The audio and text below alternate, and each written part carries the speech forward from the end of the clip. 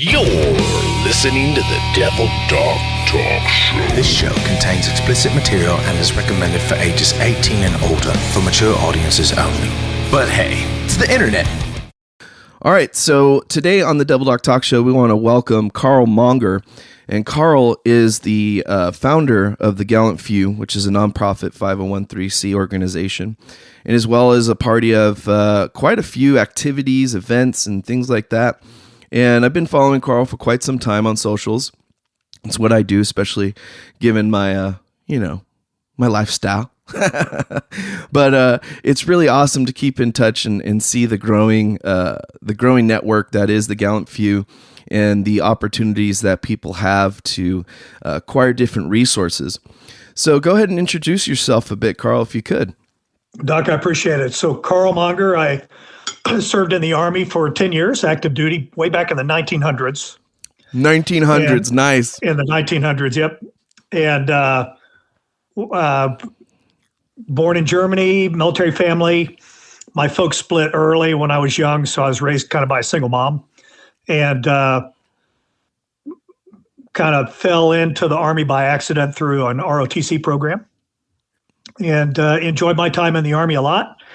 And after I got out, I left active duty because of a special operations helicopter crash that 30 years ago, last October 29th, went into the Great Salt Lake, and it killed 12 out of 13 on board. It was an Air Force special operations bird.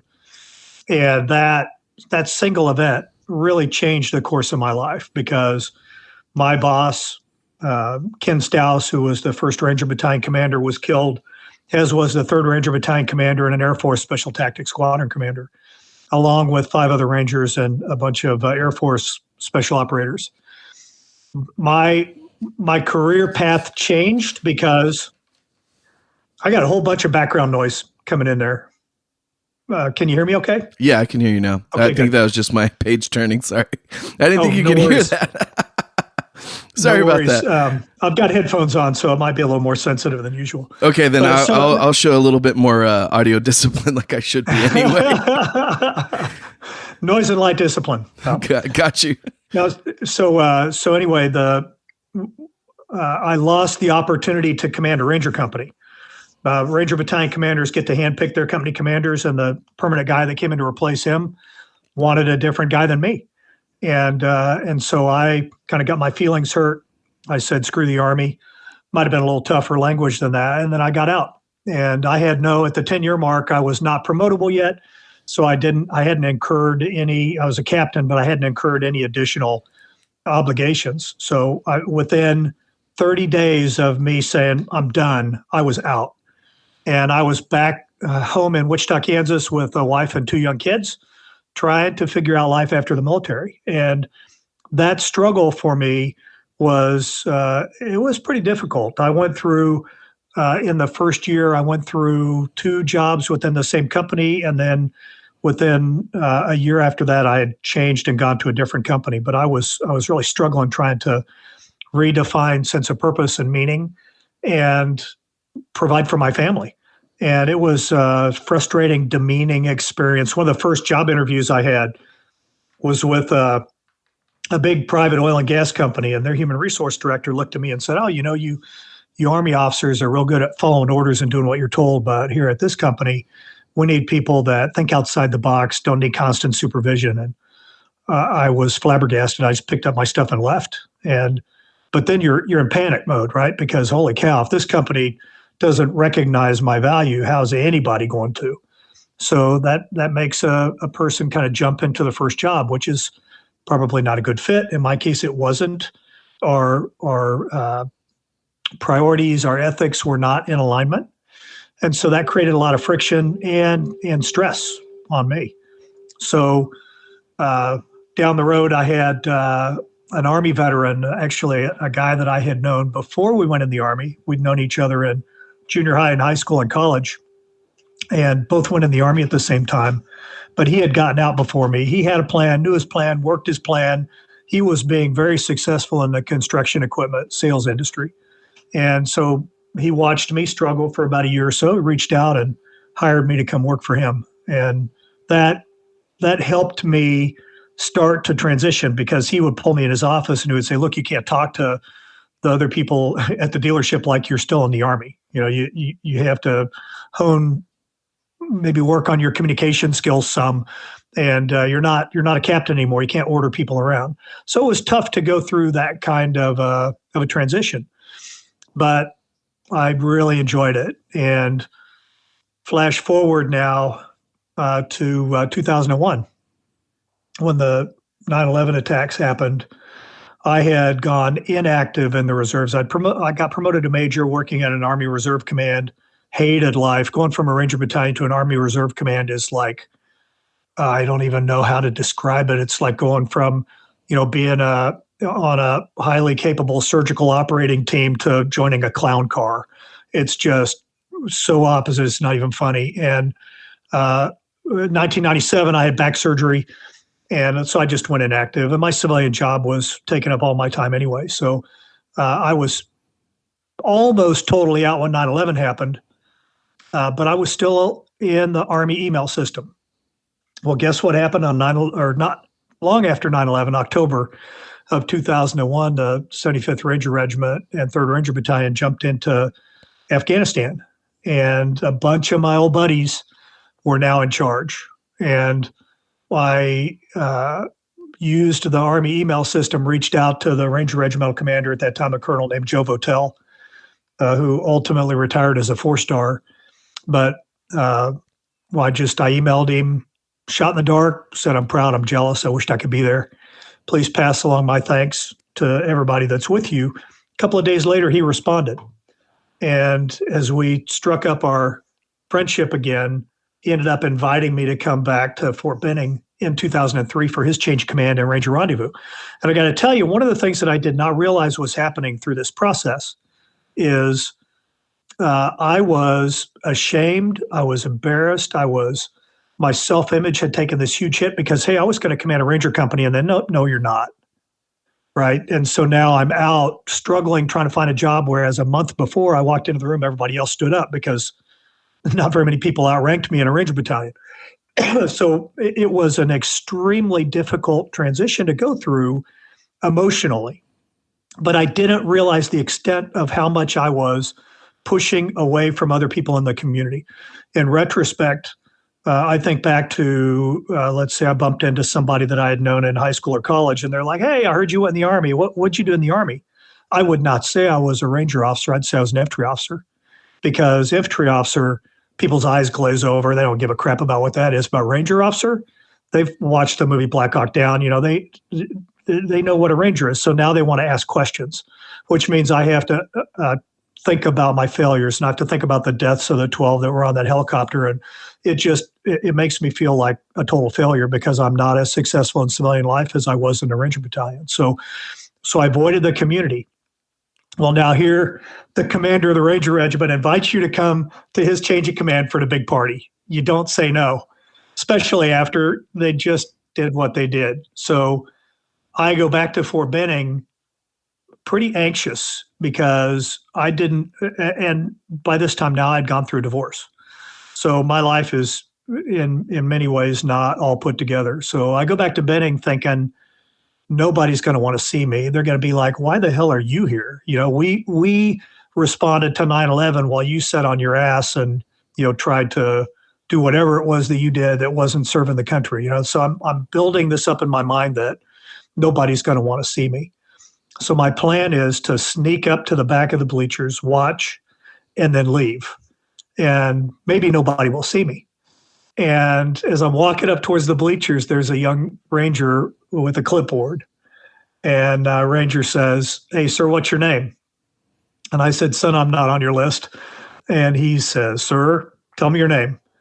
And so I told him, and he looked at this clipboard and he goes, oh, you're on the list. Follow me. And Colonel Votel had put a seat right in the middle of the front row where all the VIPs were, had my name plastered on the back of the seat. And in that moment, when I saw my name there, he erased all of the stuff. He erased all of the, I don't fit in anymore. He made me feel like I was still a valuable part of his team. One of the greatest, he might not even realize the impact of what that was. It was one of the greatest healing experiences of my life.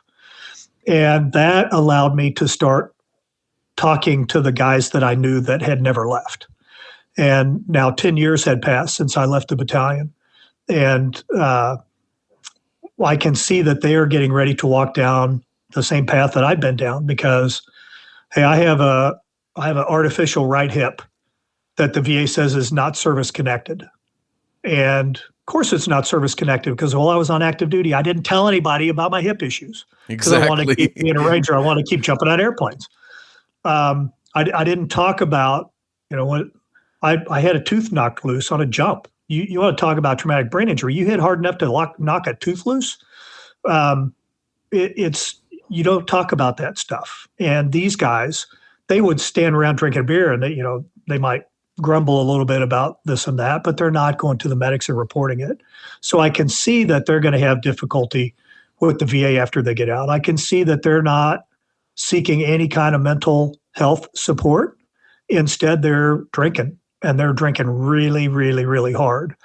There's a lot of anger. A lot of them were getting divorced. I'm seeing all of this stuff that, while I have credit with a Desert Storm deployment, I got a parachute jump into Ali Al Salem Airfield while it was still a combat zone, but after the ground war was done.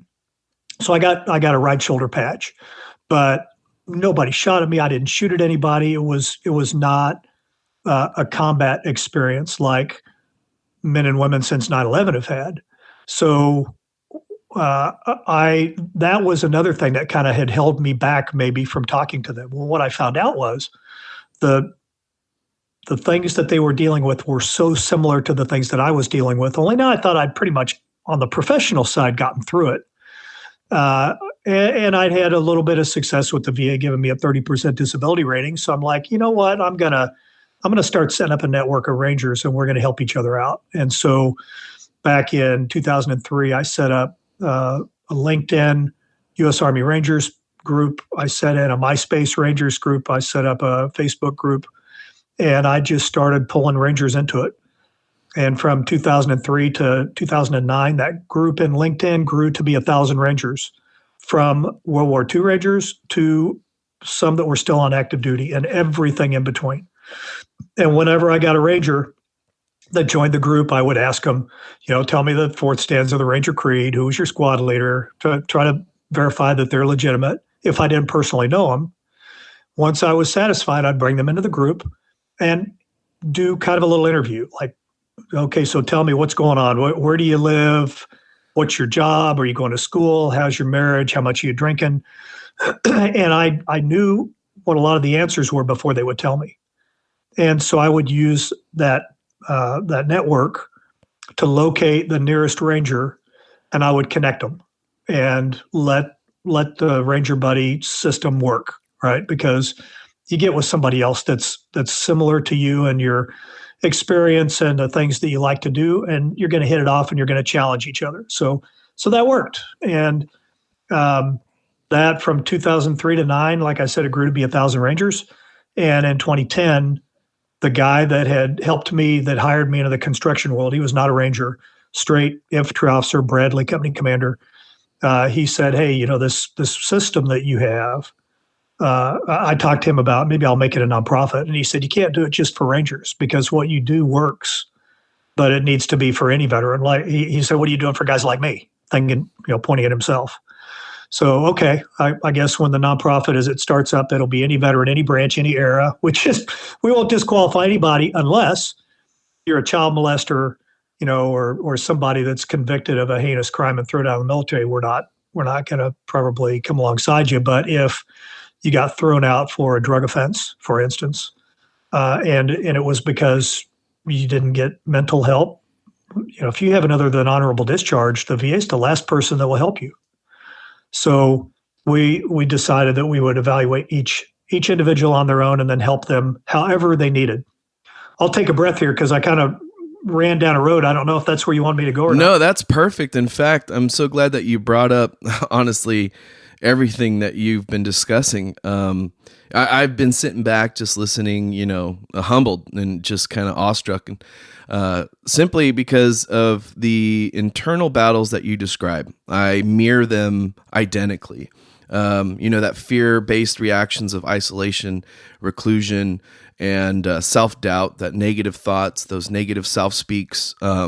Like, do I even deserve to be in the same room as, these gentlemen that you literally are probably somebody they look up to, regardless of how you feel or felt. And the proof is in the pudding.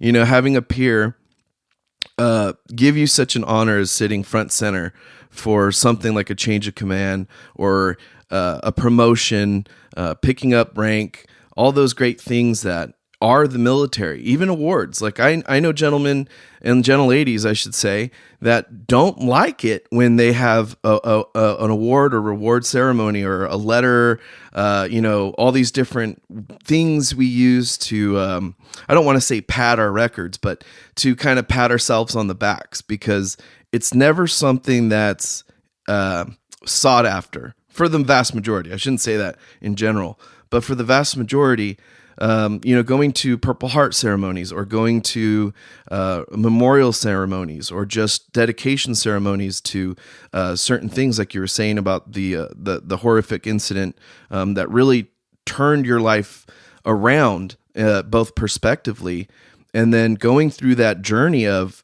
self-doubt, and then going through that journey of civilian life or personal success, and then being, I should say, brought back into the fold or envelope of, honestly, one of the very most prestigious communities, which is Army Special Forces. And so Special Forces in general, I like how you're talking about that, because a lot of people, you're right, you're better off not bringing up anything that you do in the military, because it becomes a questionable thing. Why are you here in this town now? Like, why aren't you over there where everybody else is?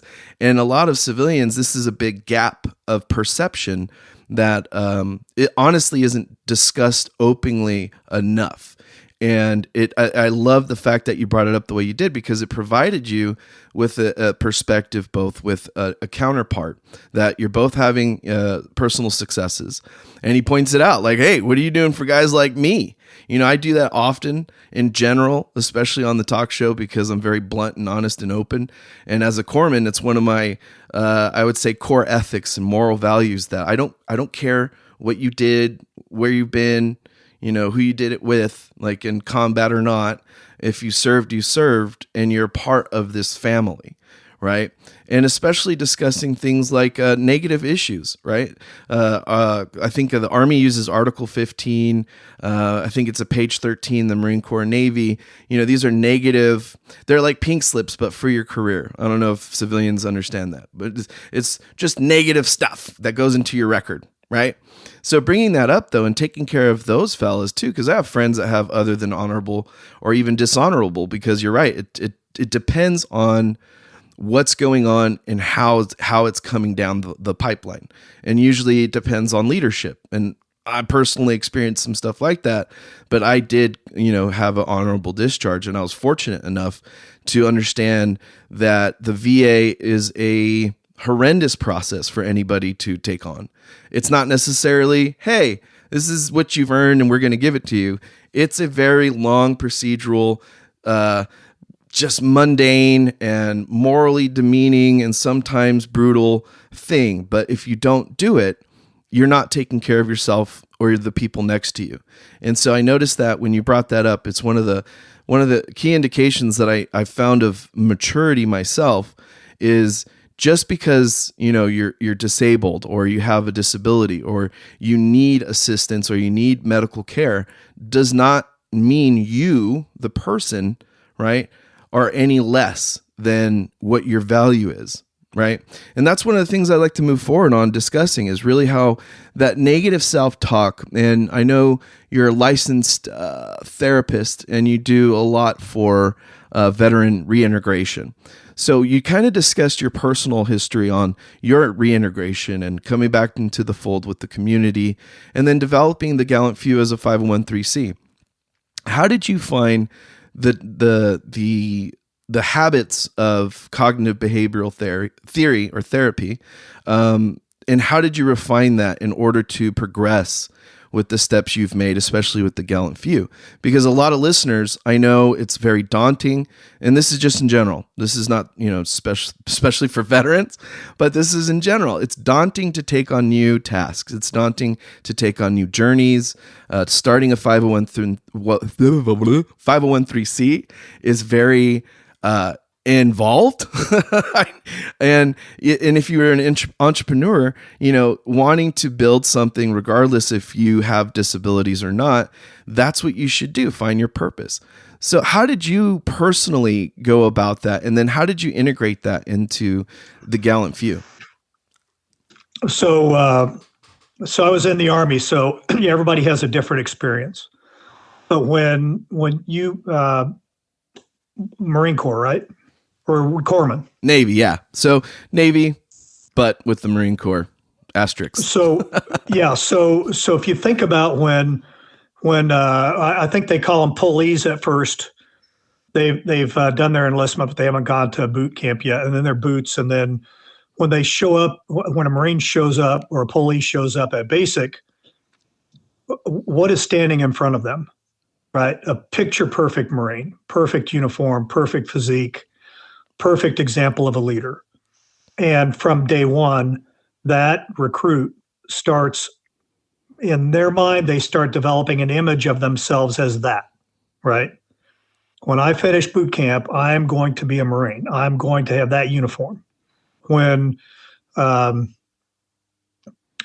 went to Ranger school, right?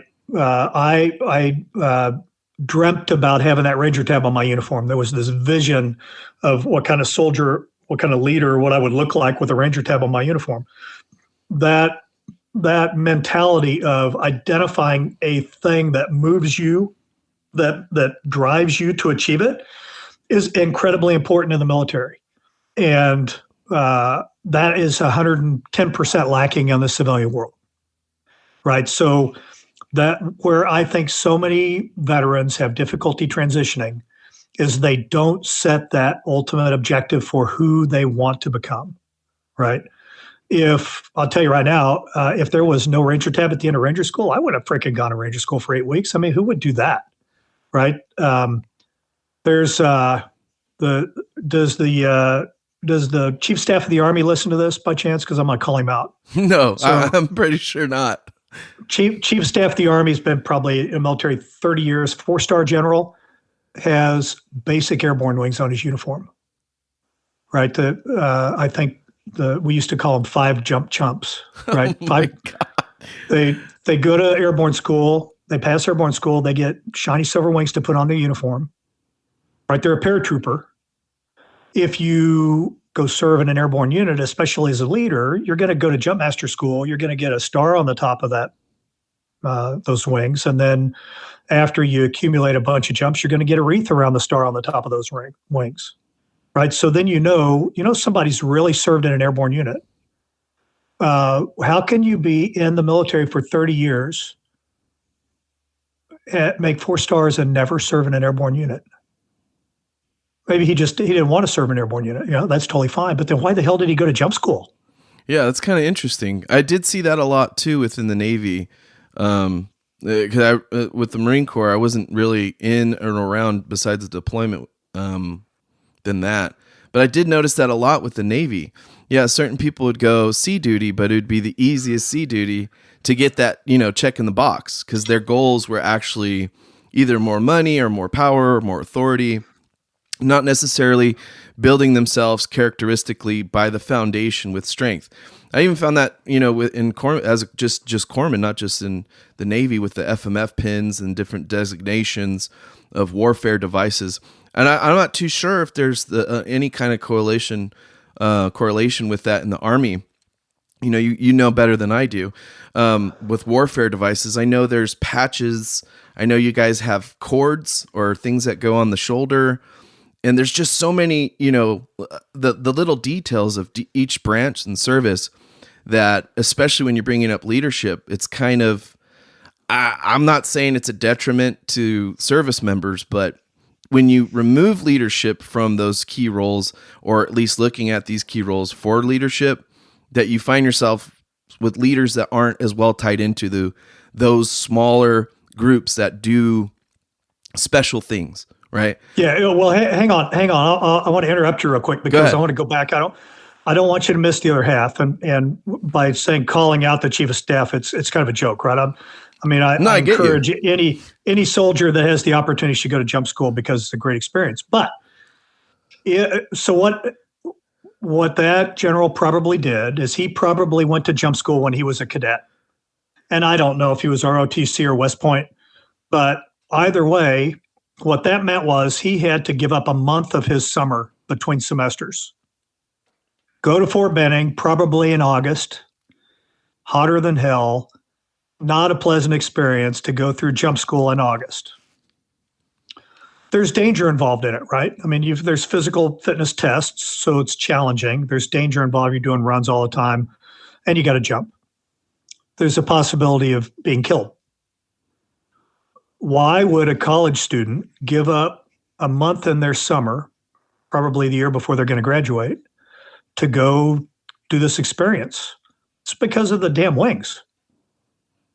If the Army said, you know what, if you're serving in an airborne unit, you get to wear a patch on your shoulder that says you're 82nd Airborne or Rangers Battalion, but everybody knows that you're in an airborne unit because you got a patch on your shoulder, so you're in that unit.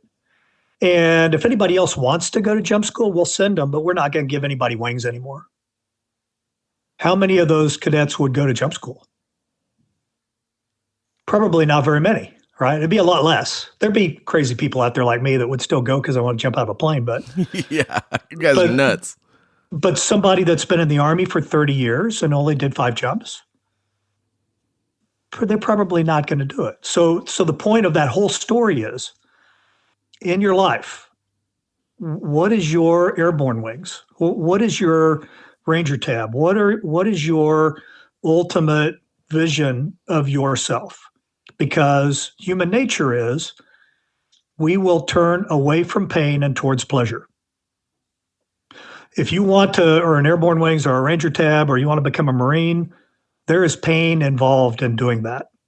If the pleasure of achieving that is not greater than the pain it takes to get there, you're not going to go there. You're going to drop out. You're going to quit. You're going to turn away to something else. That's why a lot of people drop out of training like that, fully capable and able to do it, but they drop out because they don't have a strong vision of who they will be after they finish the hard stuff.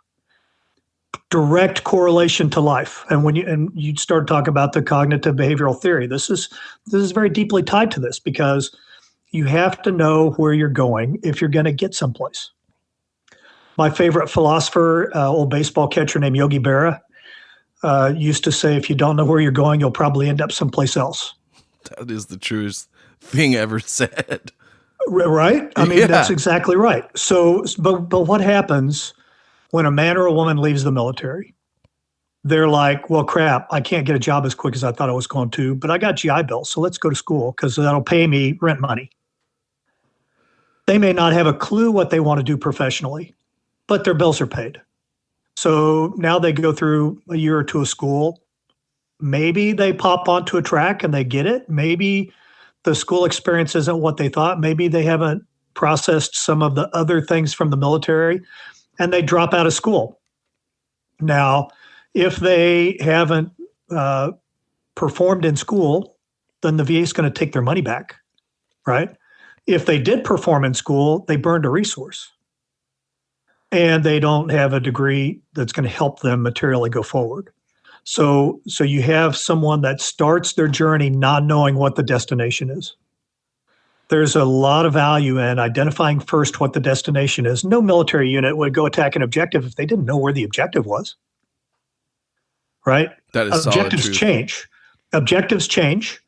You know, when you're en route to the objective, enemy situation changes. Now there's someplace else. The guy we were going to get's not there anymore. Okay, so now we change the plan and we go to a different objective. But you still have to have an objective to start with. And too many men and women do not set an objective when they leave the military. And if they do set an objective, it's not strong enough, it's not pleasurable enough to overcome the pain that it's going to take to achieve it. And that's a huge part of what we do in the coaching and counseling that I do. It's cognitive behavioral based, and cognitive behavioral says, what do you tell yourself? What's going on in your head, right? When you look at yourself in the mirror, if you were to fill in the blank, I am a ... how would that be, right? When I left the military, a month after I left the military, I would have looked in the mirror and my answer would have been, I'm a failure. I'm a former has-been Ranger trying to figure himself out, right? I didn't look in the mirror and say, I am a counselor. I am a business leader. I am a whatever. So when you're backward looking, when you're considering yourself as a failure, when your self-image is really low, number one, other people are going to pick up on it, but your subconscious is going to do what it can to fulfill your self-image. So if your self-image is, I'm a loser, then your subconscious is going to be like, okay, let's prove it, right? So you're going to get drunk. You're going to get a DUI. You're going to lose your job. You're going to get divorced. You're going to be angry at people all the time. You're going to act like a loser because that's who you believe that you are. But if you can figure out who you really are on the inside, one of my favorite analogies is, let's say Michelangelo just finished carving the statue of David. And somebody walks up and they're like, Mike, holy cow, man, how did you come up with that statue out of that big block of marble? And Michelangelo says, that was in there all the time. I just removed all the stuff that prevented you from seeing it. Wow. That's a pretty interesting way to think about it, right? Yeah, it's pretty profound, I'd say. So when you look at yourself in the mirror, what is your inner statue of David? Because right now it's covered up with scabs and scars and mud and shit and all kinds of other stuff. But what is at the core inside there? Who do you really believe that you are? And if who you really believe you are is a failure, self-fulfilling prophecy. If you believe who you are in there is who you are going to be, but you believe that already, then your subconscious is going to move you the direction towards achieving who you believe that you are. Bruce Lee used to carry around in his pocket note cards, and he had his purpose and mission written on the note cards. And anytime he started to self-doubt, he would pull that note card out and he would read his own personal self-image to himself, because he wanted to always reinforce it and always make sure that he was focused on that. He believed he was the greatest action movie figure of all time before anybody knew who Bruce Lee was. He was that. It's just nobody else knew it yet, right? So it's that kind of developing a vision and a concept of who you are so that you can start moving towards it. If you want to be the person someday that cures cancer, then you need to have a self-image of yourself as being that person, because then you're going to start pursuing the things that will help you get the qualifications you need to move that direction in your career. I started back in, 2005, 2006 timeframe. I got connected with the Burris Institute out of Los Angeles. And the Burris Institute does a very formatted coaching process they call subconscious restructuring. It's rooted in cognitive behavioral theory and existentialism and solution-focused theory. And as I started to learn about that, and I started walking other veterans through this step-by-step process, they started changing their lives because it encourages them to develop a vision of who you are once all of the important things in your life have been accomplished. And then it says, what are those important things in your life? And what are you asking yourself about those? What's your internal self-talk about those things? Because you can guide your internal self-talk to help you achieve things that you want to achieve. An example is a lot of people, probably mostly men, some women in the military, chew Copenhagen or school, whatever. Well, I chewed Copenhagen for 20 years. And one day I decided, you know what? I need to quit because my gums receding. My wife doesn't like to kiss me. I'm going to have an expensive dental bill. Plus, at that time, a can of Copenhagen was probably $5. Now it's probably 10. I don't know. Yeah, those logs are very expensive. Well, so I said, okay, I'm going to quit. So I quit. I took my last dip, threw the can away. 2 weeks later, I'm running to the store to buy a can because I'm craving it so bad. Soon as I pop that dip into my mouth, what's my first reaction? I don't know. Shame? Well, that was the second reaction. First reaction was, got a dip. I feel good. And then my second reaction was shame. Oh, wow. Why but then what's going on in your head? Why can't I stop this habit? Right? Why am I so weak? How do you answer a why question? It's very difficult because usually there's a lot more follow-up questions. Why always the answer to a why question pretty much always starts with the same word, and that word is because. Why am I on your podcast? Because you sent me an invite. Why can't I quit Copenhagen? Well, because I'm addicted to it. Why am I addicted to it? Well, because I used it all the time in the military to stay alert. Well, why did you need to stay alert? Well, so me and my buddies would stay alive. So, you go down that path, and then it's like, well, okay, I guess I did it for my country. So like you said, I better buy a log because I'm addicted and a log's cheaper than per can. Exactly. So then now not only are you continuing the behavior, but you're piling on, you're reinforcing it because you have given yourself a reason and an excuse to continue doing the thing you don't want to do. If you say, if I have successfully stopped chewing Copenhagen, what are the benefits? Have more money, wife will kiss me more, my breath will smell better, dentist will be happy with me. If you can make that picture of life without Copenhagen more pleasurable than the pain it takes to quit, that's step one. Step two is change why can't I stop doing this to what do I need to do to stop doing this? Right? As soon as you do what do I need to do to, and you combine that with an image of success, your subconscious is going to be like, oh, finally, here we go. Let's go.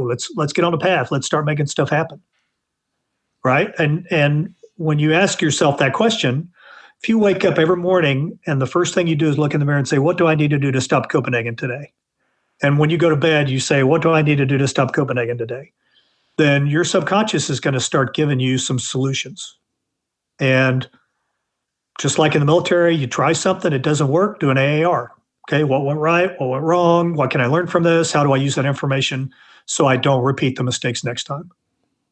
And that process, whether it's stopping a habit like tobacco or correcting a behavior like anger or hatred or healing a relationship or trying to make more money at work or you name it, the exact same philosophy applies to all of those things. If you don't know where you're going, you can't start the journey. Because if you start the journey, you're probably not going to go where you think you want to go. Wow. That is some deep philosophical simplicity. At the end of the day, it is a simple thought, or I should say simply said, like we were saying, is without vision and direction, you're ending up nowhere, or at least not where you want to be.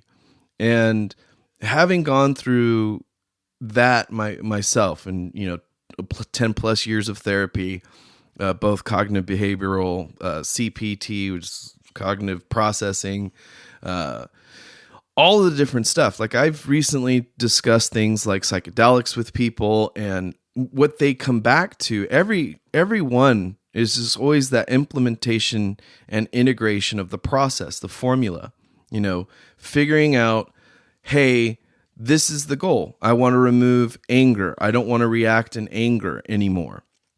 Or I don't want to have violent ideation. When I become angry because of maybe an experience that violence was a necessity to your survival. You brought up Copenhagen. I used to chew Copenhagen and I quit for the exact same reasons. My wife's like, ew, that's gross. And the same thing with drinking.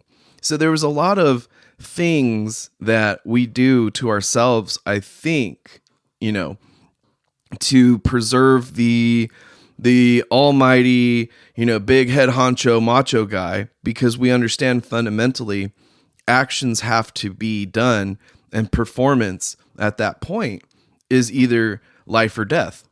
And as speaking as a medic and as a corpsman, you're always trying to get people to quit smoking, with the smoking cessation programs and the tobacco use programs. And nowadays, I guarantee you they have a vape cessation program and all of those things. It's because it serves you in the long run And it also serves you to think about yourself in the long run, because I never thought that way until I was, I think, 35. Like when I was 21, I turned 21 in Iraq. So that thought process of long-term wasn't there. I didn't have that thought or that vision. There wasn't this ideation of long-term. Besides, I knew I wanted to do something within trauma surgery. So I had a good perspective. I had a good experience, work, thought process, etc. Like you were saying, with personal successes, military successes, it guides you to taking those positive steps towards those directions of that person you want to create and be in the military. But you're right. In the civilian world, there isn't a designated objective. There isn't a designated perspective or route or pathway that is guaranteed. Like in the military, there's no guarantees, but we have a pretty good way of doing everything, all the shit we do. And you bring up AA after action reports, right? I was going to keep saying AARP, and I'm like, oh no, that's the that's they keep sending me stuff in the mail. They send yeah, you're definitely going to get this. That's the thing. It's so simple that we have all of these processes, but when you step away from it, you don't work the formula the same way. Like a lot of Marines and a lot of sailors, a lot of Army guys that I know, a lot of Air Force people I know, they stop the morning routine, right? The getting up, the usually being active, PT, right? Eating right, eating in the morning. For a lot of people, we shit on the galley, but I loved the galley. I loved having MREs. I loved having food. It was my thing. I'm a big boy, right? I'm always been a big boy. I'm always going to be a big boy. Of course, I have personal goals. So that's why I love us talking about this type of stuff, is how do I chisel away, like you were saying, my excess marble, right? And create that Michelangelo of myself. I like it in both the physical, mental, and philosophical or spiritual. All of those compartmentalizations of self-identity, structure, and all of the things that are existential, right? That experience base. It's profound that the formula you're discussing is very simple. You have an intake, you have an equation or a formula, I should say, and an output. And how are we working these problems? How are we working the equation? How are we working that formula? What are the tools we're bringing to the table? And that's very awesome. I know a lot of our listeners, both civilian and veteran and all around the world. We have listeners all around the world, every continent, every country, every city almost at this point, with how long we've been doing the show. I don't know a person that can't benefit from that ideation of what do you want, right? And I think that really comes down to in inner reflection, inward looking. Like, yes, it's nice to be a good mother, but what does that look like to you? Yes, you want to be a good father. What does that look like to you? How do you break it down? Where do you look for resources? Who do you look up to? Like you brought it up, and I want to tie it back into it. Special forces and being a part of a Ranger battalion or regiment, I should say, it's very prestigious. I had a great conversation with another gentleman that did Top Gun, and another gentleman that was, special operations with the Navy. All of these higher caliber professions. That it's a very difficult transition, especially because of the negative self-talk. Because once you're done with that, you're not in the community. You're not operating at the same tempo. You don't have the same resources. You don't have the same support, and you're not around familiar people. So it kind of triggers all of the key things that you're trained. And even if you're not trained in it, you become habitually, you become it because of the surroundings, right? We become a part of our surroundings. Our influences are heavily based off of those we surround ourselves with. So to exit such a career and to have you talk about it and reflect back to the change of operational tempo from Desert Storm to Iraq, Afghanistan, or I should say Afghanistan, Iraq, and then back to Afghanistan, then the opening of Syria, Oman, Yemen, Djibouti, Africa, and all these different places people can go. We don't have to compartmentalize the pathway to successes the same way we compartmentalize tours positions, even successes and failures. We can still utilize those key steps of, cognitive behavioral theory, the implementation of those great techniques and tools that you were discussing, and then reaching out to the support and community. And that's really what I want to tie it into now is when you discuss azimuth, that was something I found on your Gallant Few resources, as well as your LinkedIn resources. I found it very intriguing to discuss a little bit further. How does one become more involved and also utilize certain resources that you guys offer at Gallant Few? Yeah, I need to backtrack real quick on a couple of things. One is just a technical thing, and that is because somebody will call you out or call me out for not saying it, but Special Forces and Rangers are two different things, right? Special Forces, that's Green Berets. Got it. Rangers, Special Operations. Special Operations have Rangers and SF and combat controllers and SEALs and all. That's kind of the umbrella. But SF is very specific to those men and women that wear the Green Beret. So, and I was not that. I was. No, I appreciate that. Black Beret Ranger that, now they wear tan. But so I want to say that. The other thing is, and you mentioned this earlier when you were talking about long term. So there's a key question that I encourage anyone, but especially veterans, to ask themselves 1,000,000 times a day. And that key question is very simple. And it is, will this work for me long term? Right? So if I'm getting ready to put a dip in my mouth, will this work for me long term? No, because I'm gonna get cancer, right? If I'm getting ready to snap at my wife for not filling the dishwasher, is that going to work out for me long term? Probably not. Not at all. Right? So each of us have the ability to create a micro pause in our response. Something stimulates you, a desire for something, or you see something, to the response that you're getting ready to make. If you can just ask yourself, is this going to work for me? It allows you're standing at a fork in the road, right? And if your normal default response is one that does not work for you, then take the other fork in the road, right? Don't go down that same path. Each of us, if there's whiskey or water sitting in front of me, I can pick which one I want. I don't have to drink whiskey because of trauma that's been in my past. I can choose. And that's a skill that has to be practiced, and then you can develop it. So going on to the azimuth, we call it the azimuth check because we don't say test because the test implies a failure. The azimuth check it's like a map check. It's like, where are you, right? If you're in the Navy, an azimuth is a course direction, or it's I don't know what they call it, a plot. I think I'm trying to remember what they call it in the Navy. You're going to follow. I don't know, to tell you the truth. I've never even been on a ship. Well, same thing in an airplane, right? You're going to follow a course heading. You're going to follow a heading. That's what they call it, a heading. Excuse me. On the ground, when you've got a compass in your hand, you're dialing at an azimuth. And if you're walking at night, you've got to do the math so that you calculate the azimuth that you got to walk. And you have to know two things before you can create that azimuth. The first thing you know is, where am I right now? And the second thing you got to know is, what's my destination? Then you can draw the line on your map and you can plot the azimuth, the course direction that you have to take to get there.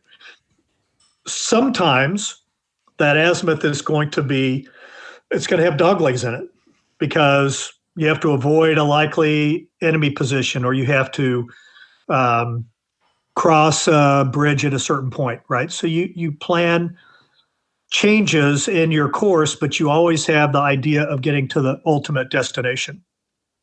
The way that we use that with veterans is the initial azimuth check is where you are right now today.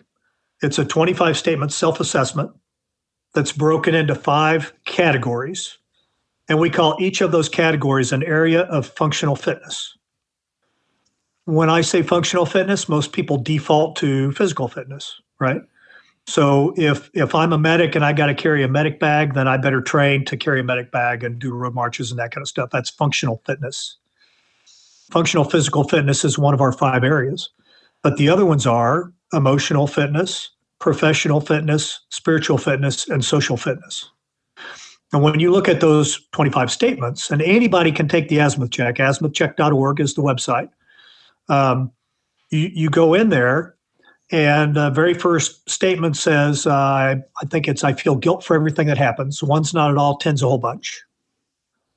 So it's not a good or a bad score. It's not a test. It is just simply, where are you on that scale today? One of the statements is, I believe life is worth living, 1 to 10. In professional fitness, I have a budget and I follow it. In physical fitness, I have a diet and nutrition plan. In social fitness, social media stresses me out. So you get a 1 to 10 scale. And now if somebody says, on a scale of 1 to 10, social media stresses me out, a 7 out of 10. So when I look at that, I go, so what makes that a 7 out of 10? Well, because this stuff is happening and that stuff is happening, and I've got there's a jerk out there that's always, every time I post something, he's always responding and messing with me. So 7 out of 10's kind of on the high end of the scale. What would social media look like to you if it was a 3 out of 10? Right? If your stress level was low, what would that look like? Now you can start to create where you're going, right? Well, I would be calmer. I would have more time to do other stuff because I wouldn't be always on my social media trying to think of a response to that jerk, right? So now we can start talking about behaviors and asking yourself that one question: is this going to work for me long term? I'm getting ready. Somebody just posted a comment on my picture, and man, it really offends me, and I need to go let them have it, right? So I'm going to think for 35 minutes about my perfect response. While I'm having dinner with my wife, all I can think about is this jerk on social media that I got to respond to, right? And then I go respond to them, and then what happens? Now I'm waiting for the next hour for their response, and I'm already working up my response, right? I think everybody's probably done this at some point or another. At what point do you go, is this going to work for me long term? No, it's not. So screw that person I don't even know. I'm not even going to respond, right? And then you go on about your life. And guess what? You do that a couple of times, and you don't care what other people post because you're not looking at it. So that's one of the, when you're talking about the power of the azimuth check, where are you now? I'm a X out of 10 in this area. Does that work for you? Are you satisfied with that long term? No, I'm not. Okay. If it was a different score, what would it look like? And how do we make that a reality? You do that, all 25 of those statements, you start to put some intentional plans in, and you say, you know what, if I am maxed out in all of these things, if my guilt levels are low, if my love for others is high, if I feel a sense of purpose, if social media is not stressing me out, if I'm exercising, what do I look like? What's my inner statue of David, right? What am I doing? How do I feel? How are other people reacting to me? What do my relationships look like? Now you start to lock that in as your internal self-image. You'll start doing the things that move you that direction. How many people think about something that was a year ago was the biggest crisis in the world for them? And can you even remember what that is today? No, but a year ago, you were ready to burn relationships. You were ready to, just freaking destroy the world because of this issue, and now it's like, that's not really that important. I don't even know why I was so upset about it. So if you can put that into perspective, is this going to work for me long term? No, this is not going to work for me long term. A year from now, I won't even care about it. Or a year from now, I want this other thing to be in place. Now you can start moving that way. That's awesome. That is just, you have me in my head, breaking down my own thought processes. It's like both an interview / therapy session for me to reinforce the all the positive things and just really you say, hey, this is great because this reinforces everything. And to hear it come from another brother that has gone through it and is successful and is creating that vision for yourself. And, I'm not saying I'm envious. I'm always envious of those I look up to simply because it's a motivating factor to be like, hey, if he can climb at his age, maybe I can get my fat ass up there and try a little bit, right? Like there's that initial fear of attempt that I think a lot of veterans and civilian, everybody has. I should just say everybody has that. Like we don't want to get out of our comfort zones. It's a daunting task to create that vision at times, especially when we have conditions. But that's where when you bring up that azimuth, and I was laughing because I'm more familiar with azimuth and reverse azimuth and back azimuth. I can't remember all the different terms, but the mapping of a path and checkpoints and routes. I remember doing land nav for my schools and shit. But the point is like, it doesn't matter, right? We're trying to get to that transcendent knowledge of finding a path and sticking to it. And when we get off path, there has to be tools and support to get us back on that path or that mission or that vision. And a lot of people have, I think, a horrendous internal image. And I think that's based in human nature. You know, I'm not saying that that's just outright human nature, but I'm saying I think it's based in it. Like you brought up, you were anxious to go to the change of command. However, is that anxiety? Is that, impending doom? Or is it anxiousness because you're excited? Like both of those emotions are probably going on. Like everybody thinks I'm worthless. I think I'm worthless. So of course I think everybody thinks I'm worthless. But when you get there and you're on the list, it's like, wait a minute. And then you see the chair. Hold on. And if you didn't give yourself that opportunity, right? If you didn't take those steps to get there and even talk to the gentleman that was asking for your name, I've been there where you're just like, I don't know. No, nothing, right? You don't want to, it's scary. It's an emotional, it's a mental, it's a physical reaction. That's why we have fight or flight responses. That's why dopamine, serotonin, and all these crap things, words that explain shit that are emotions or things in between. There's a path, right? There's a way. And I think that's really cool. I think that's really amazing that you guys take that into consideration in how you evaluate.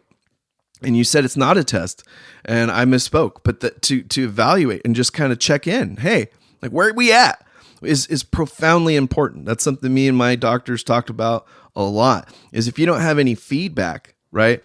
We have biofeedback every day. You turn on the stove, you forget, you put your hand down. Hey, good luck with that. It's going to hurt. You're going to get instant feedback. Your body's going to go, hey, bud, not cool. It's hot. So when you do that with every other experience, whether it be fear or anxiety, I think that's a really great way to start. And I'm personally going to do it now just to make sure I'm being involved in both the things that I discuss and the people that I bring onto the show, because I find it valuable to lead by example, right? Like your journey started a while back. My journey of coming back into the fold is just beginning again. And I do that a lot. I'll go back and forth with those fears. I'll go back and forth with the conditions. I go back and forth a lot.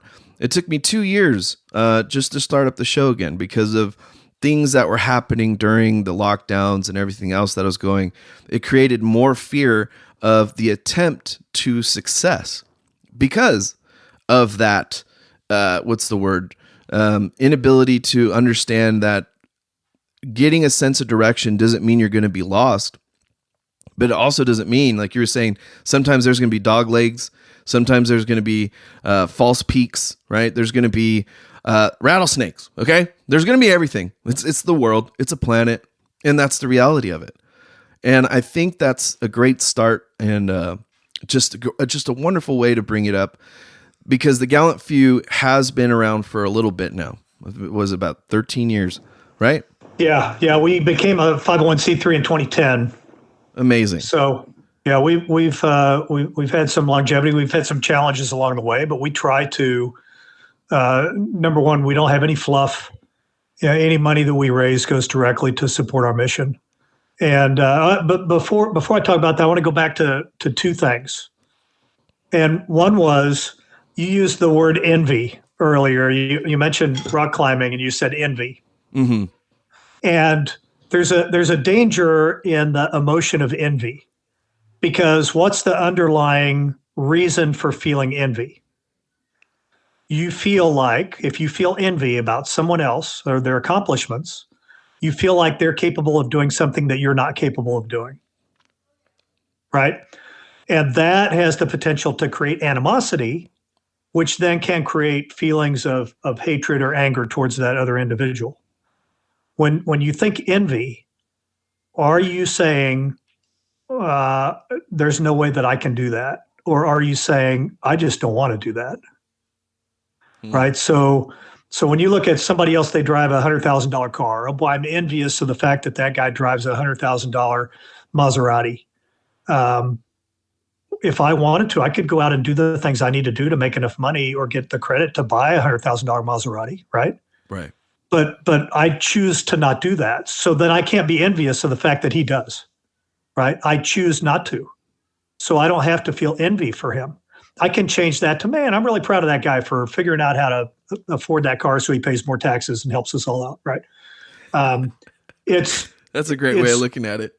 It's changing that thought process to what's going to work for you long term. Is the emotion of envy going to work for you? No. The envy doesn't work, right? So it's translating it into something that I talk a lot about. I lead a group now on Wednesday nights at the American Legion Post right next to the Dallas-Fort Worth Airport. I've got another session tonight. And last week we talked about circles of influence. Are you familiar with the circle of influence model? No, I'm not, but that's interesting. So if you imagine a target that has a bullseye and then two rings outside of it, each one is an area of a circle of something that has to do with control, right? The very center one is the actual circle of control. It's like a pinpoint of control. What in your life can you control? Your choices? That's all you can control. Yeah. Your choices and your reaction to the things that go on around you, right? That's all you can control. Because can you control your health? No, you can't. So the next circle outside of that is your circle of influence, because you can influence your health, right? You can influence your local politics if you choose to get involved. You can influence people around you at work or at home. You can pick up trash in your neighborhood. That's an influence for you. The outer circle is interest. It's your circle of interest. Like, I'm interested in the fact that Russia is invading Ukraine, but I can't do a damn thing about it, right? exactly. If I want to do something about it, I have to bump it into my circle of influence, and I have to buy a plane ticket and go overseas, right? Or I have to take some sort of action. If I'm not willing to take action, it remains in my circle of influence.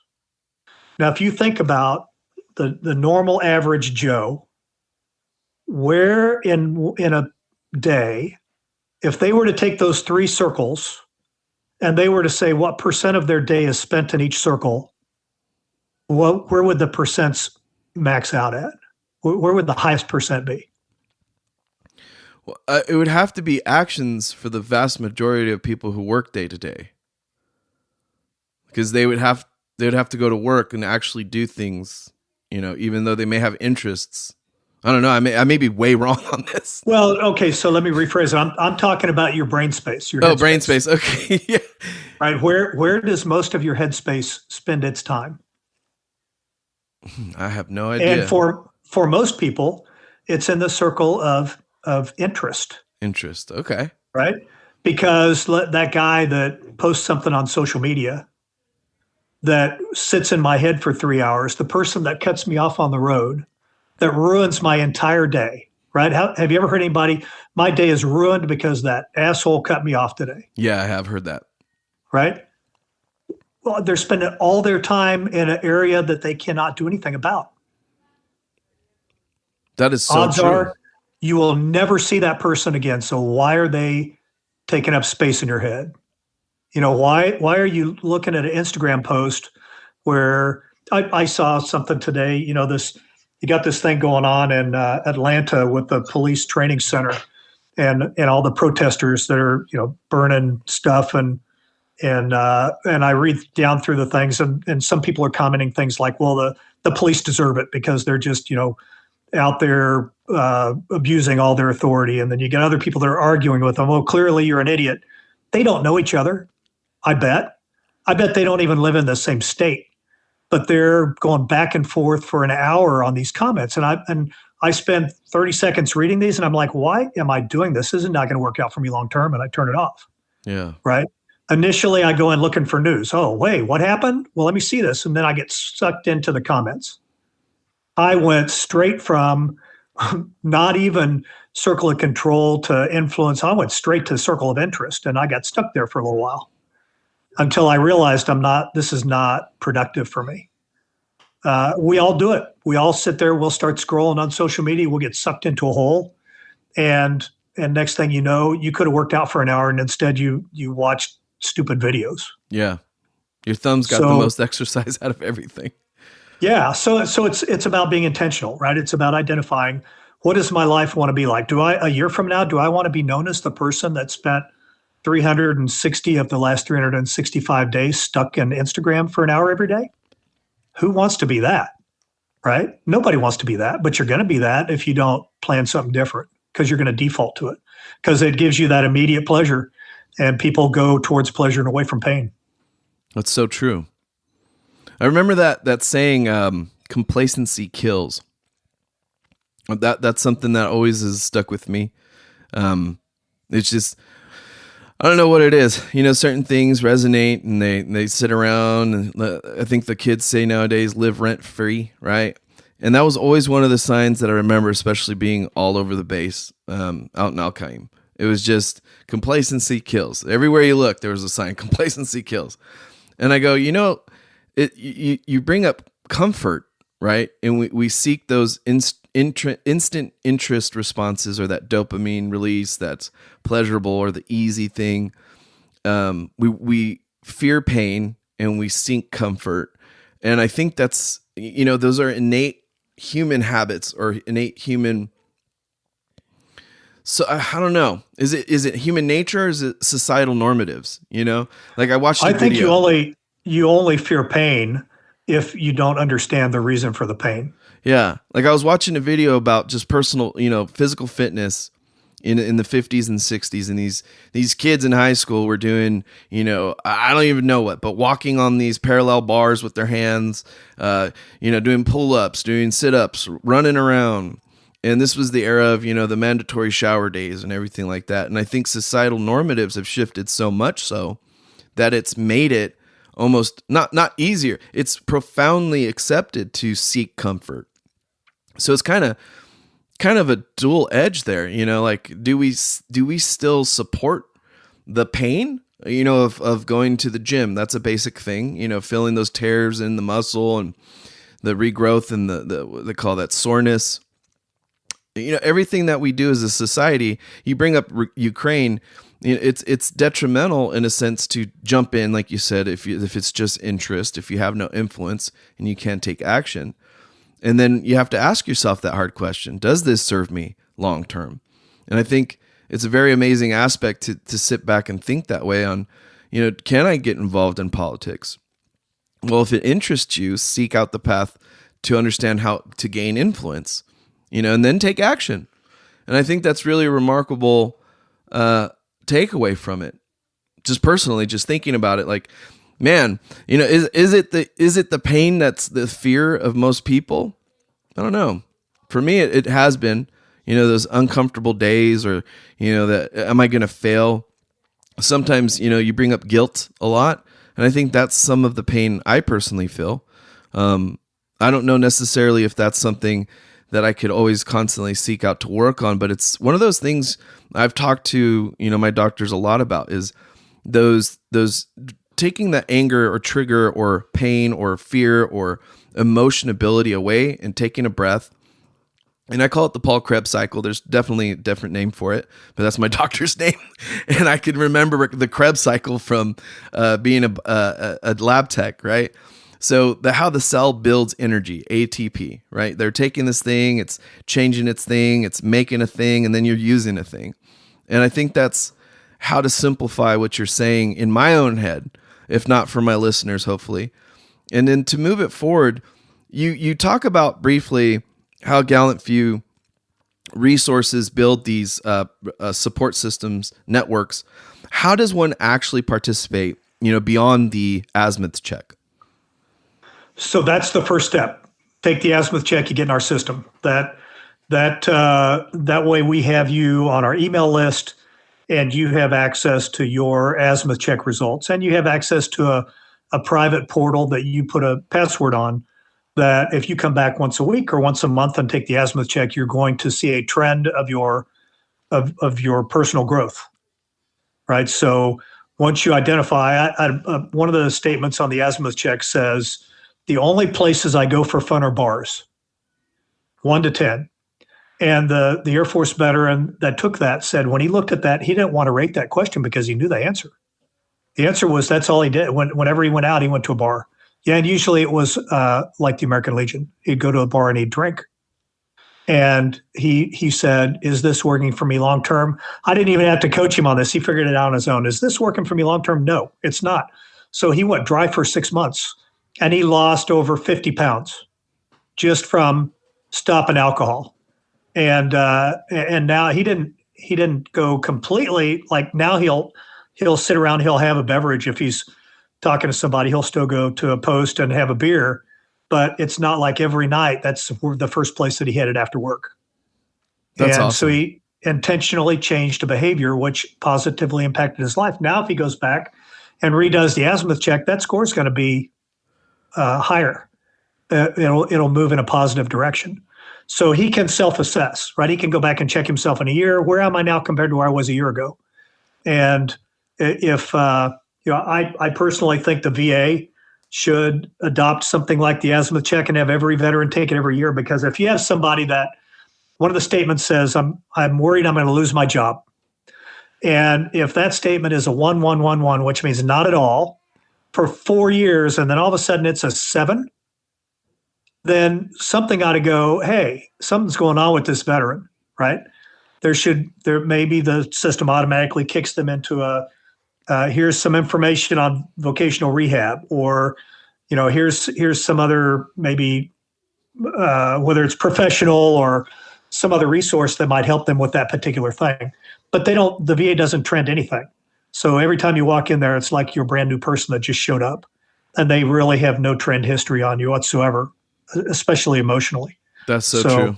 You nailed it right on the head. There's no continuity of much. I'm not trying to nag too much on the VA, but everybody has their faults, especially if you have a budget the way they have a budget. There's of course just everybody's perspective, including my own, is that things could be better, right? But tying it to that azimuth check, I'm like, that's very, very good. Like to say, hey, if we preemptively, or if we're taking initiative and we allow people and they take initiative to get a basis of where they're at. A lot of resources aren't off of proactivity. They're very reactionary, and it's usually latent reactionary. And I think if it's a government resource, let's go ahead and curb our expectations as a society a bit, and just take a breath and understand that. But how does one then participate in the events that you guys have, donation opportunities? So as an organization, we're focused on individual relationships. We do less large things. Like if we're a very difficult organization for a corporation to volunteer with traditionally, because somebody says, hey, we want to help. We got 10 employees this Saturday. They want to do a project for veterans. Then I got to be like, you need to find somebody else, because that's not us, right? But if you want to volunteer with me to be a resource for a veteran that needs help on their resume, or needs help with a budget, or needs to develop a physical fitness plan, I can connect you with somebody, and you can do that with them. So we're different. We're harder. It's much harder to volunteer with Gallant Few than it is to volunteer with other people or other organizations. But I need people to do that. I need people to step up and do that. We need people to donate. We are, ever since COVID, our donations have declined year over year, but our demand for services, we're down significantly on donations this year, but our services, we're already running about 30% higher than where we were last year in terms of people that are reaching out to us to be connected and ask for help. So the more that we do, the more people hear about us. I even have the VA. I had a VA vet center counselor that sent a veteran to me for counseling last week. Yeah, that's happening. In fact, I just reached out to a vet center at the beginning of the year myself, and they're swamped. Yeah, they're swamped, and the VA will not allow me as a new licensed counselor to take any kind of medical insurance. I can't take TriWest or TRICARE because I'm still in an associate status because I'm a recent graduate. I'm fully capable of providing just as adequate therapy as anybody that's been in this business for 20 years because I've been doing it for more than 10 years, just not, as a professional. And so that limits who I can help because I got to pay my bills too. So the system makes it much harder for people that want to provide services to do it within the system. So we have to do it outside of that, which means we need donations, right? So that we can keep the doors open.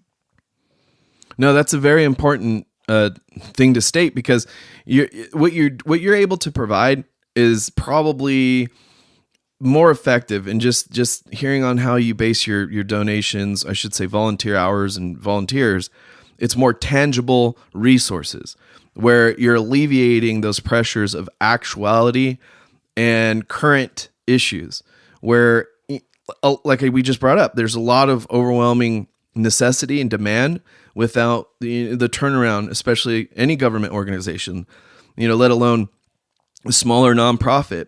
You don't have the kind of budget or resources that they have, but they are so restrictive on their resources or even identifying other outlets to utilize to assist them in managing their overnumbered or overwhelming numbers, I should say, or swampness, or what do we call it? Stuck points, right? Their stuck points are they can't provide enough service in a timely manner. And it's created usually by policy and perceptions. I don't want to bring up politicians too much, but we all know that that's kind of how things work. It's a very slow process when it comes to government things. So having nonprofits that are actually tangible to affect a actual outcome, I think it's extremely important for listeners, people who donate.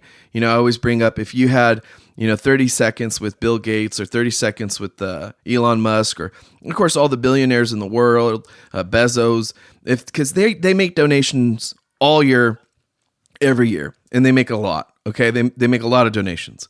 How that breaks down, I don't know. There's people way smarter than me. They'll be like, well, the donation dollars in this state go to this way and that way, and every donation dollar is pretty much assumed because then it's created by the galas and the networking and everything else that they got. So it's hard, like you're saying, to have a 30% increase of demand and a dropping number in donations. Because again, what are we talking about? Marketing. How do we allow or provide the opportunity for people to understand that this resource is available? It needs the input, it needs that support, and it's viable because the outcomes are yourself. Look at you. You just said you graduated, you got your degree, you got your ability to provide assistance, and the policy is holding you back. I would be frustrated. Let's focus on the positive, but I would personally be frustrated.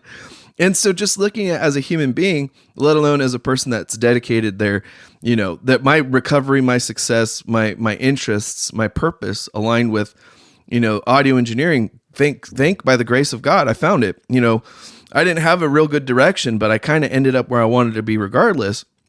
And now I get the opportunity to say, hey, look at this person, way more qualified than me to talk about on just about any point. Okay. But also has the resources, availability, the network, and the integrity to do the right thing. P.S. All he's looking for is a funnel. Give it to him because he could perform. And that's what I find a lot of the stressors I personally have to get away from on social media. Like you're saying, does this serve me a long time? No, it doesn't serve me a long time to essentially critique certain people online. And it's never an individual. It's always a process or a procedural or a corporation or a nonprofit or a government organization or a leader. I usually critique leaders, and I do it in a manner that is devil's advocate because that's my role. Okay, I got to be like, hey, I understand your intentions. I get their intentions. There's a lot of nonprofits that have great intentions, but they fall flat on execution. Where yours is, we peak on performance and we need more involvement. So leadership, like senators, governors, congressmen, representatives, not saying, hey, make it mandatory. There's integration here, but this is at least a talking point of how do we validate and utilize our resources better. So I'm really glad that you brought that up. Yeah, there's a couple of things I want to hit on in there. And the first one is on that volunteer side, if you're out there and you want to make a difference in your community for veterans, whether you're a veteran or not, organize a monthly veteran breakfast or lunch, right? Identify what's a good day, talk to a couple of local veterans. Whether you go to McDonald's and sit and have a cup of coffee, or you go to Ma Kittle's breakfast place and everybody gets eggs and bacon, doesn't matter. What matters is that you have something that it's routine, that veterans locally find out about, and they start coming and hanging out. They don't have to pay dues. They can just drink water if they don't have any money. But create community. And when you get a group of veterans together in a community, somebody will say, hey, what about the trash that's under the bridge over there? Or what about hey, I heard we got a homeless veteran that's over living in his car. They will start to take action and they will start to resolve issues in the community. But nobody wants to go out and sit at a table for 3 months by themselves because nobody's coming, so they quit, right? It took us 6 months to get one started here. Now the last one we had, I think 25 veterans that came, and we had 20 brand new Marine Corps enlistees that the Marine Corps depot brought out to say, hey, come sit with some veterans and have a cup of coffee. It was amazing. But it's things like that, right? I can coach people into what they need to do in their communities to establish something that helps veterans. But it's not, the problem is, and this is the problem with a lot of nonprofits that are out there, if you're sexy, if you have a high-priced TV commercial, you got a country western star, and you got veterans and their spouses in tears, people are going to send them money. Yep. And they don't even know what they do. They just send them money because, that touched me. It's like the ASPCA, right? The animal cruelty thing. You get Sarah McLachlan singing and little dogs. The wing of an angel. That song gets me every time. Yeah, and guess what? The local nonprofits that serve pets hate those things because they suck resources that they need, and they send them off to this massive thing that's spending $1 million a year on TV commercials. It is, people do not investigate. They don't give with intent. They react based on emotion. And that's why those commercials are so effective. Stop for a minute, identify who's doing good work in this area, and then donate to them, right? Investigate, look at Gallant Few's financials, check out our webpage, take the azimuth check. If you like what you see, refer us to other veterans, make a donation, help us help more veterans, right?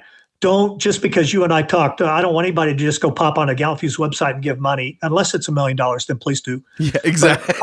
I want people to investigate before they give, and then get involved and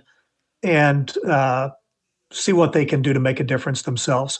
There was one other thing in there that you said that I wanted to come back to also, and that was, shoot, I think I lost that one. No, it's okay. Like we've been discussing quite a bit about a lot of different things that are just so interwoven that I'm pretty sure the way that we had the conversation explains all the different points that we could think of.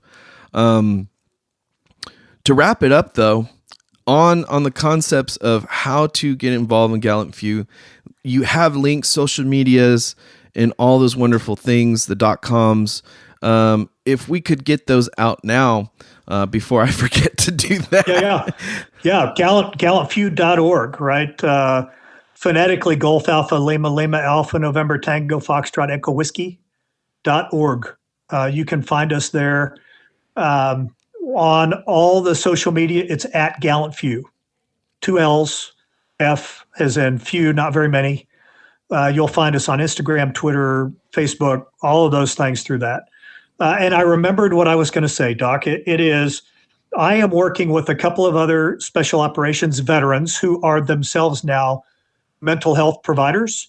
And we are trying to get a network of veterans who are mental health providers.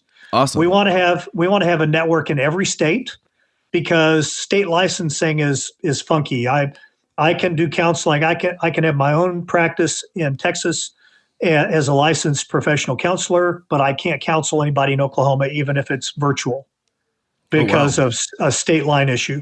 So there are ways around that because I coach people that are not in Texas, but I can't counsel them. But there are things like I'm trained in EMDR therapy, which is wonderful. Eye movement desensitization and reprogramming. Whoa. And it uses the principles of rapid eye movement at sleep to help your brain rewire memories. And that would take an entire interview for you and me to go through, and I'd be happy to do that. No, I would love to actually have you back on and discuss that specifically. Yeah, that would be great.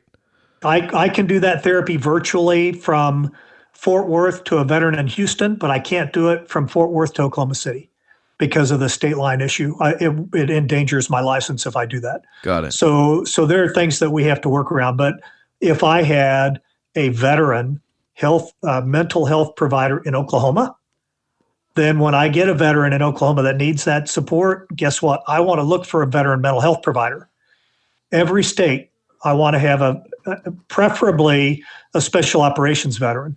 And the reason I say that, whether they're a Green Beret or a SEAL or a Ranger or a PJ, when in the world of military, the hierarchy, if you will, for good or bad, if you are in the special operations community, you are looked up to by the rest of the military for the most part, right?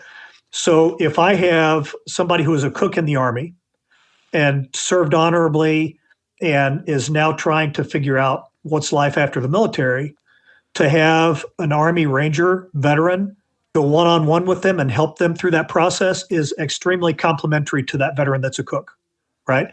And I'm not saying hierarchy in terms of like human beings. I'm saying the cook is probably going to look up to that special operations veteran. Exactly. Right? And I think that's a great talking point. It doesn't always go the other way around. If I've got somebody who was a cook that was a veteran, that ranger that's coming off active duty may not feel comfortable talking to the cook because they haven't processed enough yet. They still, that hierarchical thing, the longer that you're out, the more it goes away, right? My service as an Army Ranger captain is no more valuable than someone who was a cook on a ship or someone who loaded ammo into a truck, right? Same exact value of service. But when you come off active duty, that hierarchy is helpful. And the more special operation veterans we can get that can motivate and challenge and lead, I mean, hell, that's what we're trained to do is motivate, challenge, and lead people. So let's do it from the healthcare, mental health care side as well. Well, that's a very important role to take on, yeah. Any of you out there that are like that, KARL@gallantfew.org. Carl at gallantfew.org is my email. My mobile phone number is 817-600-0514. Reach out to me, and I'll get you connected to this network. Amazing, amazing. Awesome, Carl. Now, in our last bit of the show, we always like to give out the opportunity for shout-outs. Shout-outs to all the important people that helped you get to where you are, to where you want to be, and also that got you to the points where you didn't think you'd be going. So anything in that in between, this is your opportunity to say, hey, this is what's up. Yeah, I would like to thank the Academy. That was supposed to be a joke. No, I was off microphone laughing. I had to scooch back in for that. I was like, nailed it. It's really impossible to list people because I remember people like there was I think he might have been an E4 at the time, soldier named that everybody called Pappy because Pappy was older than everybody else. He was like 30 years old when he went to basic, and Pappy would, when I was a company commander and I was a couple of years younger than him, he would, road marches just ate him up, but he would try and he would try and he would try and he always cared. It's from people like that to, I mentioned Joe Votel as when he was the Ranger Regimental Commander, bringing me back into where it was okay to be part of the community. All of the men and women that have worked or currently are working on the Gallant Few staff, my wife, there's no way that I could begin to name all of them because then I'd leave somebody off and I would feel horrible about that. But when I think about that, the example of Pappy, that still comes back over and over. It comes back in my head, how he motivated me. He didn't think so. He thought I was motivating him, but he was motivating me. And there's all of these touch points through life where people do that, and they have no idea that they've impacted you. And I think that each of us have to go forward also recognizing that it's the same way we impact a lot of people and we have no idea. There was one of my, actually was the guy, the veteran that helped me transition to the construction world. He told me that when he was a captain, I think in Germany, that there was a younger, I don't remember if it was a lieutenant or something, that was going through something that was an extremely difficult situation. And my buddy sat down and talked to him about it just for a couple of minutes. My buddy totally didn't even remember the conversation until 20 years later. This guy sends him a message on LinkedIn and says, "Hey, you probably don't remember me, but I have thought about our conversation every day for my entire life. And I tell other people about the impact that you had on my life." And I with LinkedIn allowed me to search your name. Somebody was like, "Well, have you talked to him lately?" And I'm like, "No, I don't know where he is." And they're like, "Well, why don't you use LinkedIn?" And within 10 minutes, he located my buddy and dropped him an email. And then they talked on the phone. And my buddy was floored. He had no idea that he had made that impact on that guy's life. And it was from a very short conversation in the field while this guy was going through something. That impact, people have had that impact on me, and I've had that impact on others. What a treasure it is when someone reaches out to you like that and says, "Hey, I just wanted to let you know, all that many years ago, what a difference you made for me." That's priceless. And I encourage people to do that. Like the Pappy with me. Pappy's phenomenal guy. I'm still connected to him on social media. It's being part of people's lives like that's a privilege. No, that's amazing. I droned. I strayed a little bit from your question. No, honestly, you nailed it. You couldn't have said it better. Honestly, you helped me tremendously throughout our conversation today to reinforce those positive things, those positive anchor points, right? Going back to the envy conversation briefly, you're right, and that's great that you advised me to say, "Hey, not envy, but how about appreciation, understanding, acceptance," or looking it up as like, "Man, you know what? Look at the steps that person's taking to get to that point. I could take the same path if I make the same choices, if I make the same steps. If I go into my green book," we used to use a green book. I don't know if that transcends to Army service, but you open the green book, you put a check box or a box, right? And you go, "This is the plan." And then under the plan, you start making the steps to get to the plan, the preparation, the resources. Marines use a 5-chapter mission plan, I think it's called. BAMSIS is another thing. I don't know if this transcends at all, even in the Navy, to tell you the truth. Yeah.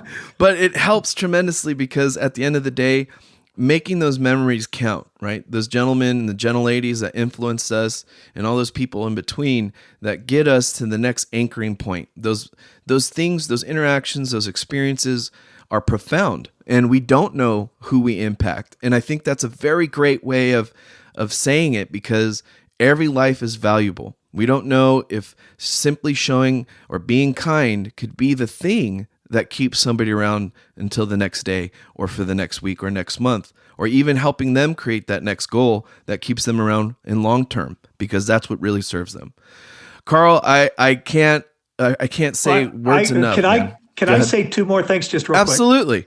I know we've been going a lot longer than an hour, and I have I'm completely. It's good. I have a veteran that I have to counsel here in an hour and a half. So the first one was back on the envy thing, right? Because people look at me and they go, "Man, you're almost 62 years old, and you can climb some moderately difficult routes, right? I am envious of you for being able to do that." Well, let me tell you what. If you go to the rock climbing gym 6 hours a week for 5 years, you can climb probably better than me.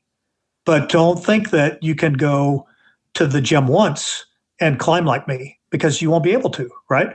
So is that what you want to do? Is that going to work for you long term? Do you have what is your mental image of you? Why do you want to rock climb? Do you want to take other veterans outdoors and have an experience? Do you want to just get in better shape? Whatever that is, it's starting with that image of success, and then deciding, is it worth 2 hours, 3 days a week to do that, right? And if not, then applaud the person that's doing it. Good for them, not for me, right? But don't be envious of it. So just to kind of come full circle on that, the other part is, and I wrote down need here because I wanted to not forget. So this is the one last little truism. I was listening to, when I drive around, I listen to books on psychology, and sometimes I'll throw in a Jeff Shara book because he's an awesome fictional historian. I was listening to a talk about mindfulness, and this is a Buddhist practice. When you're in front of someone else and they're kind of annoying you, right? It's like they won't stop talking, or the stuff they're saying is whatever. And you're starting to get to the point where you're going to tell them to shut up, or you want to punch them in the nose. If you can ask yourself, well, what does this person need from me? Right? Why are they doing it? What do they really need from me? Then it creates the space for you to be able to react to them in compassion, because maybe nobody ever talks to them and you're the one person that they get a chance to spend a little time with, right? It's being able to soften the response that you're going to have somebody. So anything that you do to them comes from a place of love. One quick story, and this is the last thing I've got to say. Be like Forrest Gump. That's all I've got to say about that. Stephen Covey is someone who I got to meet a couple of times while he was alive. He wrote 7 Habits of Highly Effective People. And one of the stories that I heard him relate, and I wrote about it, I wrote a book called Common Sense Transition. You can find it on Amazon. He told a story about his routine was he would go to his favorite diner once a week. He would sit down in a booth. He would order a cup of coffee. He would do the crossword puzzle, and then he would plan out his week. It was his time, right? He treasured it, cherished it, protected it. That got him set up for success for the week. On this one particular morning, there is a kid in there that's maybe 7, 8 years old that is running around the diner, knocking stuff over, creating a mess, making noise. Nobody can concentrate. Nobody can talk. Everybody's getting pissed off at this little kid. And to make it worse, the dad is sitting across from Covey in another booth, and he's just staring off into space, not doing anything.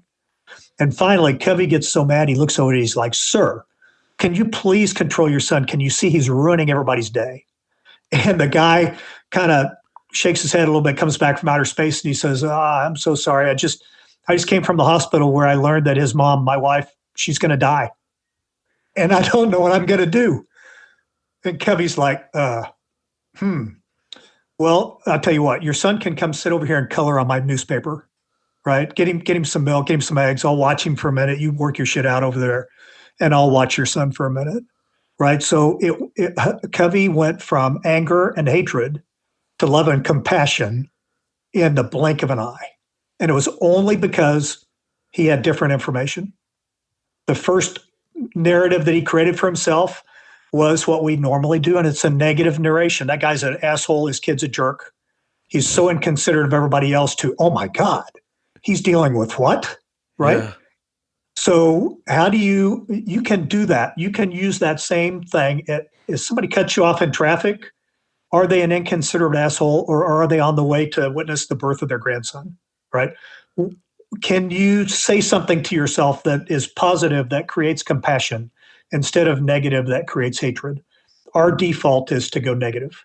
and we have the choice to go positive. So that's my closing thought is everything that you do, it will work for you long-term if you choose positive over negative.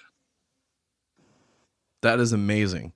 I greatly value that. In fact, I'm humbled by your grace of an approach to bring up, those jarring conversational points, like just information, getting a little bit more, changing the narrative that you talk to yourself and your self-talk. That's just, it's very, very supportive and profoundly it's encouraging, but it's also reinforcing those lessons learned, especially for myself. I couldn't thank you enough. Again, I'd love to have you back on to go in depth on of course, the I don't know what it was, man.